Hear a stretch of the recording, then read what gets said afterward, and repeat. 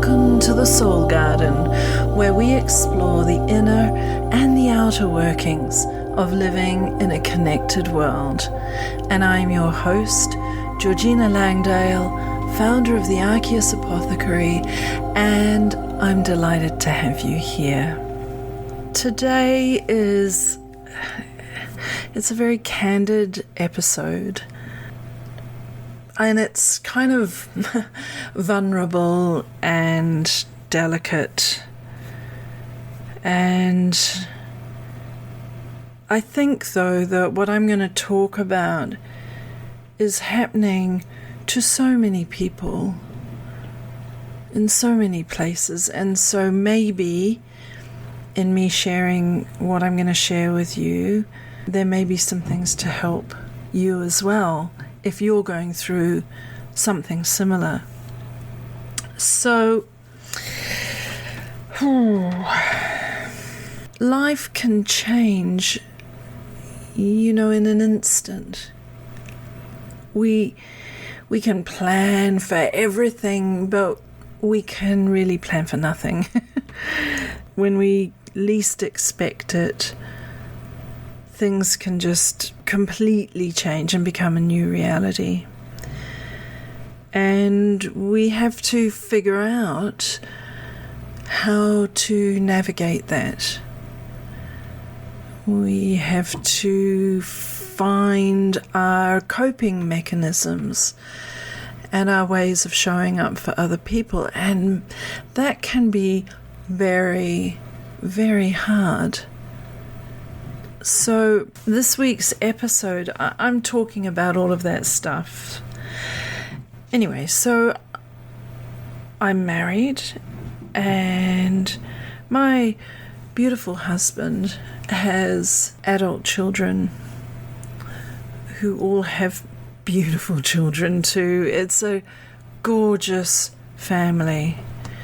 And I feel very lucky to be part of that family. I don't have any children and I don't have any family here in New Zealand since both my parents died over the past 9 years. So it's a real gift. I'm a woman in midlife, postmenopausal, and I love so much of that. I think it's a fantastic time of life. But to be given the gift of this wonderful family through meeting my husband and falling in love and getting married and all those sorts of things, it's been really delicious. And I love them all. Anyway, a few weeks before Christmas, his son was diagnosed with cancer, stage 4, and it's metastasized. And this is the news that no one ever wants to receive. No family ever wants that news to land in their midst, but here it was. And his son has a gorgeous young family of his own. So basically all our hearts broke that day. He gets this terrible news. We all get this terrible news. And man, did I learn a lot about seeing love in action. Everybody rushing to his side to help him in any way they can. It's kind of, wow, I'm not used to this. My family's 12,000 miles away. I'm an only child. When my parents were ill, it was just me and them.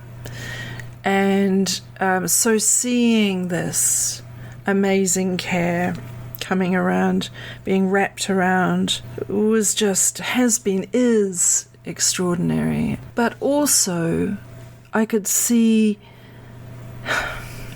everybody imploding. Fear, heartbreak,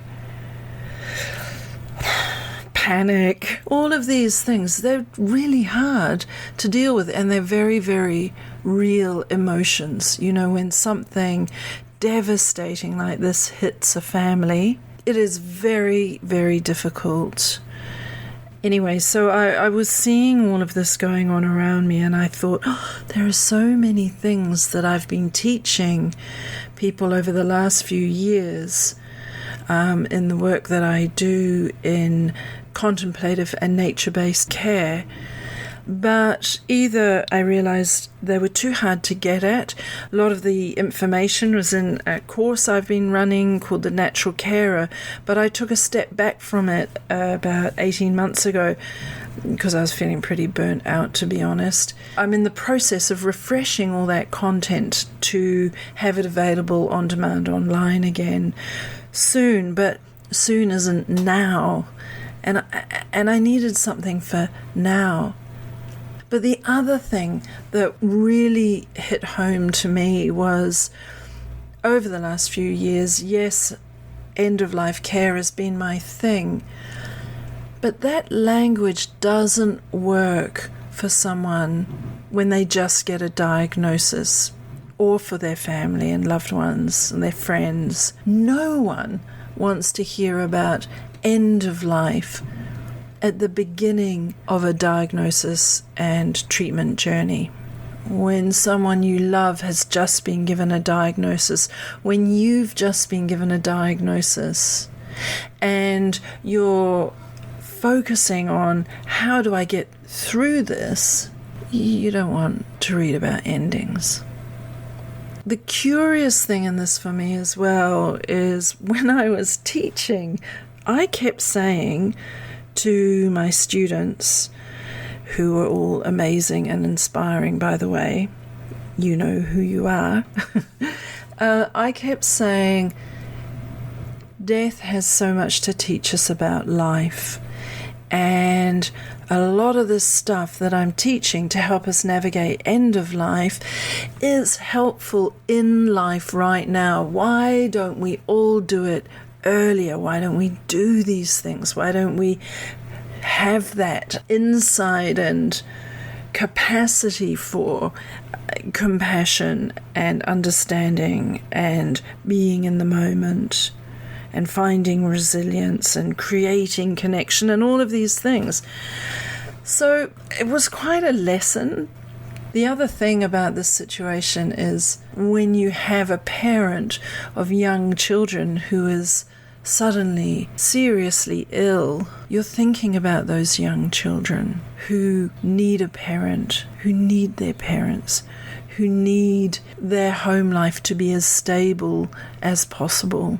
So I realized that while I'd been telling my students, it would be really good to back the truck up and talk about what death shows us about life, I realized I needed to back the truck up even further back down the road.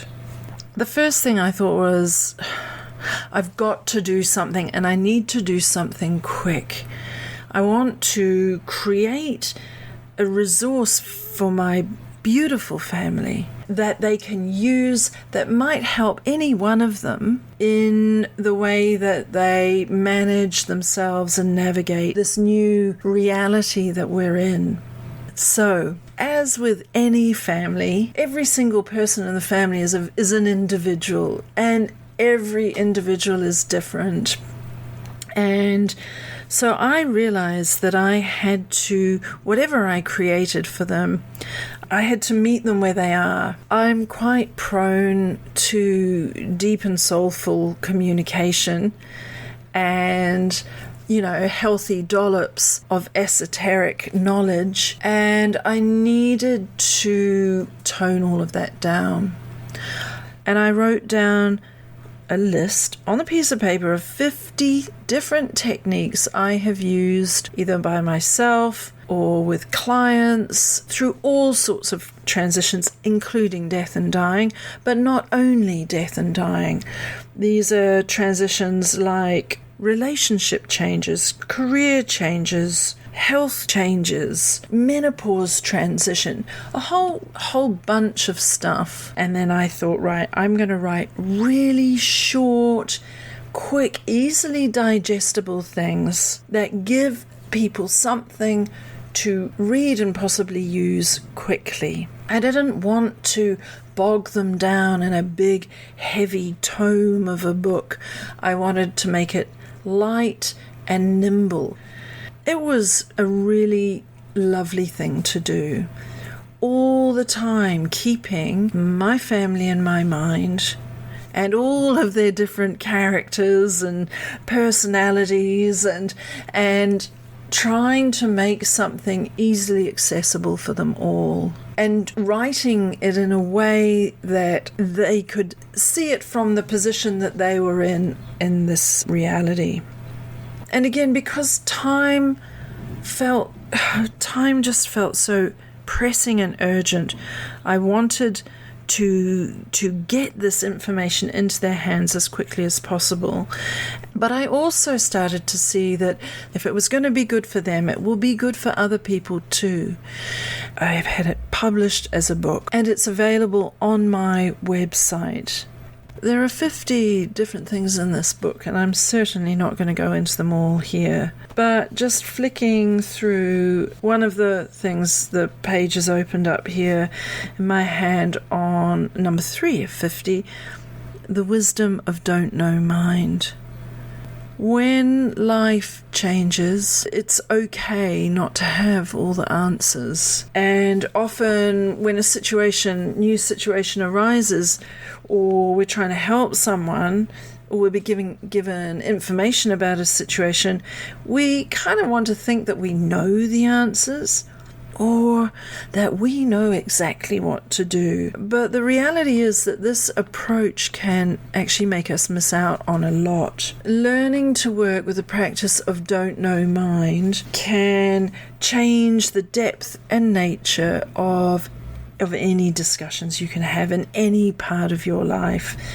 It is personally and professionally very, very helpful, and it's very helpful for the person you're talking to. So what it means is, don't assume you know anything. By assuming a don't know mind, a beginner's mind, you're then able to ask more curious questions. Because if you are going, okay, I don't know, and I don't know what this person's thinking, I have no idea, I don't want to project any of what I would think in this situation kind of stuff onto them, I'm just going to have don't know mind. And then I'm going to ask them, how are you feeling right now? What are your main concerns? Or how will you, and what is it that you understand is happening for you right now?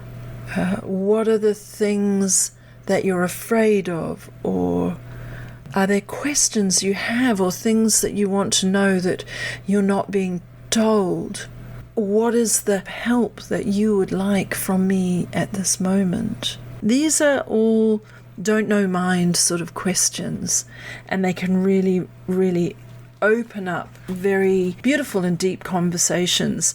Don't know mind helps you stop projecting yourself onto the person that you're talking to. Another one that I've just flicked on and opened up, it is called Being the Tree. So being out in nature, whether it's a park or off in the mountains or by the sea or wherever, can be incredibly healing. But also it can become such an ally for us in these really difficult times. When I write about being the tree, what I'm saying is, if we imagine ourselves as a tree, we can find roots to send down deep into the soil to help us feel grounded. You know, when life changes, we can feel very like we're kind of blown across the landscape. You know, we're at the mercy of everything else around us. That's what it feels like quite often, doesn't it? But if we think like a tree, we can send those roots down into the ground and really feel the sense of being grounded when all around is a storm. Our trunk is tall and strong. Joan Halifax, wonderful woman, she says, strong back, soft belly.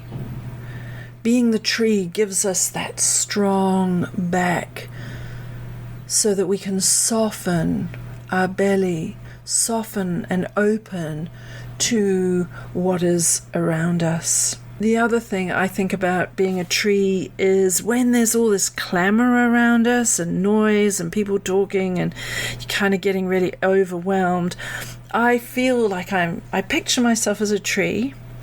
My feet are grounded. I've got roots into the earth. I've got this strong trunk, strong back, soft belly.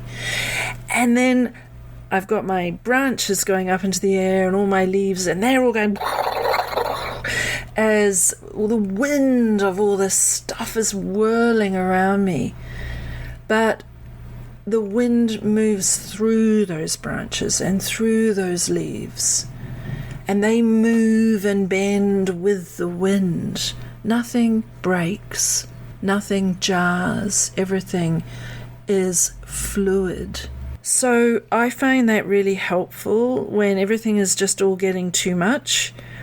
The noise can be going on around me, but I'm still okay. Or the emotions can be whirling around me, but I'm still okay.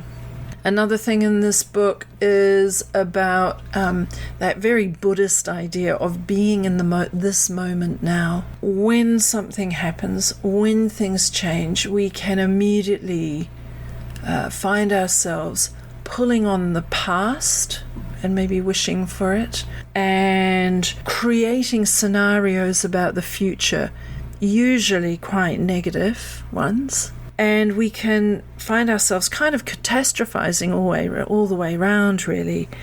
But being in the moment just helps us just focus right here, right now.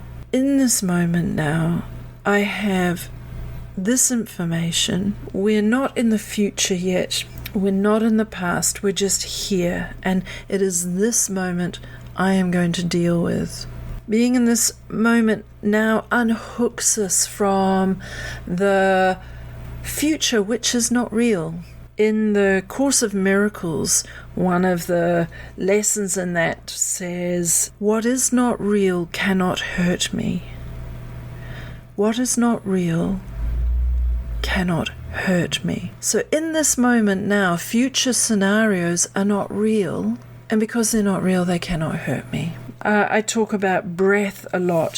For me, there are 3 really helpful things to navigate any life transition, and that is breath, nature, and often some form, big or small, of ceremony or ritual. Breath work just helps us get centered, find our center, get our equilibrium back. Nature gives us a place to let go of things, to bring things in, to find our allies, to look for signs, to release energy and to gain energy.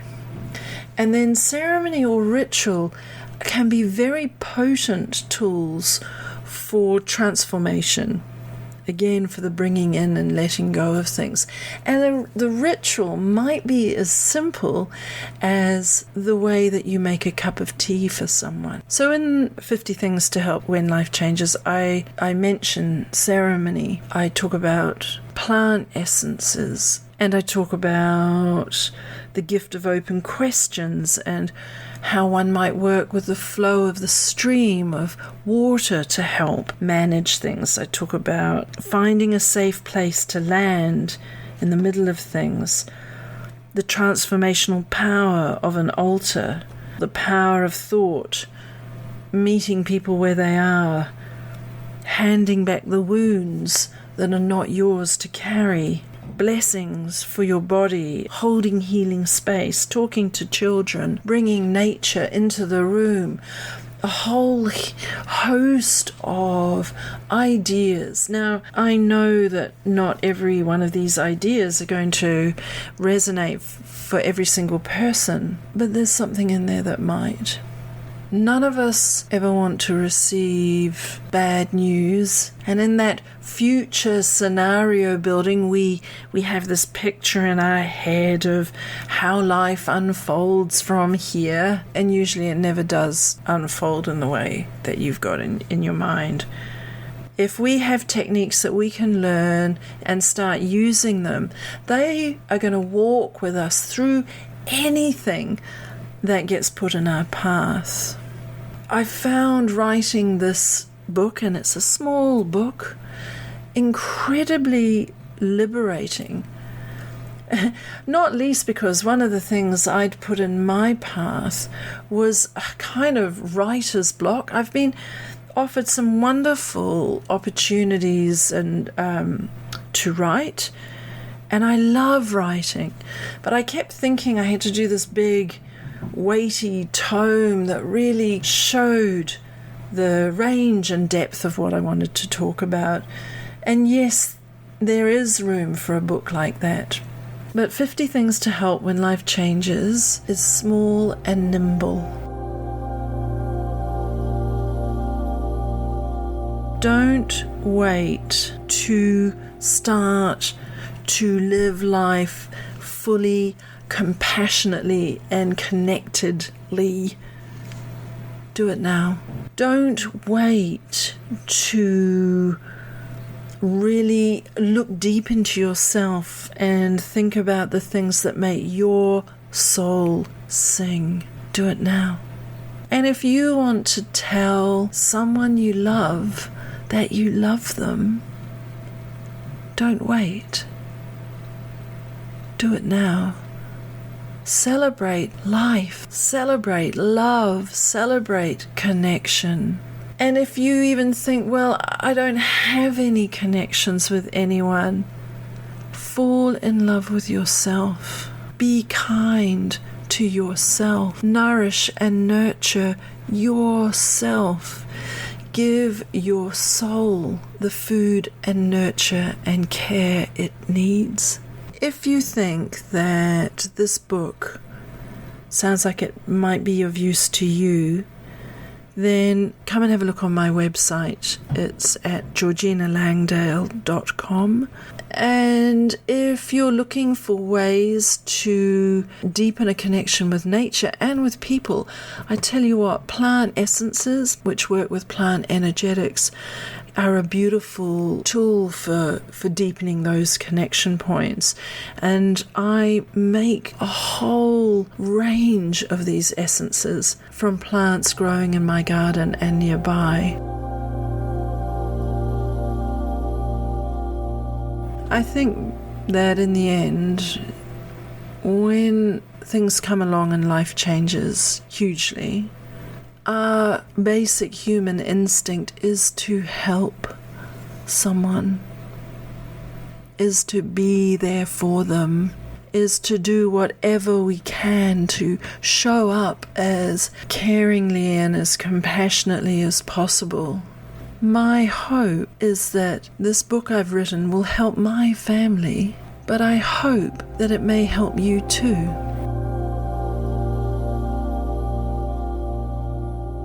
I want to do a thing before we end, and I describe this in the book as well. It's a practice called Tonglen, and it's a Buddhist practice, but it could be a practice from any spiritual path or non-spiritual path, because actually this is a practice of compassionate care. And that has no boundaries. It just moves between us all. So what I would invite you to do is just get yourself comfortable for a moment. I've got my feet on the ground. I mean, you could do this too, and imagining my feet tree roots going down into the earth, getting me really grounded. Strong back, soft belly. And then I'm imagining light just coming down through the crown of my head and filling up my body as I breathe. And then as I breathe out, I just release any tension. If there is someone that you love that needs your help right now, maybe they're hurting or heartbroken or scared, picture them. And as you breathe in, imagine breathing in their pain. But don't hold on to the pain. As you breathe out, release it for them. So you're like a conduit. It's almost like you're sucking the pain out of them. You're releasing it and then breathe back love to them. So you're taking their pain, you're releasing it, and you're radiating love to them.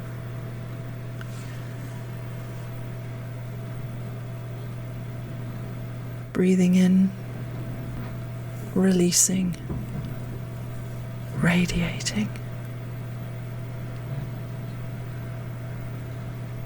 And then now take a couple of more breaths and come back into your body and back into the room. This is just one simple thing that you can do wherever you are to help someone else, someone you know, someone you don't know. And if you are in a situation where you or someone you love is going through some devastating change at the moment, I'm sending love. I'm sure that as other people are listening to this, they'll be sending you love too. We are all connected in one way or another. I'm Georgina Langdale. Thank you for joining me in the Soul Garden today. And if you're interested in 50 things to help when life changes, you can find it at georginalangdale.com. The link is in the show notes. Go well, take real care of yourself, and I'll talk to you next week.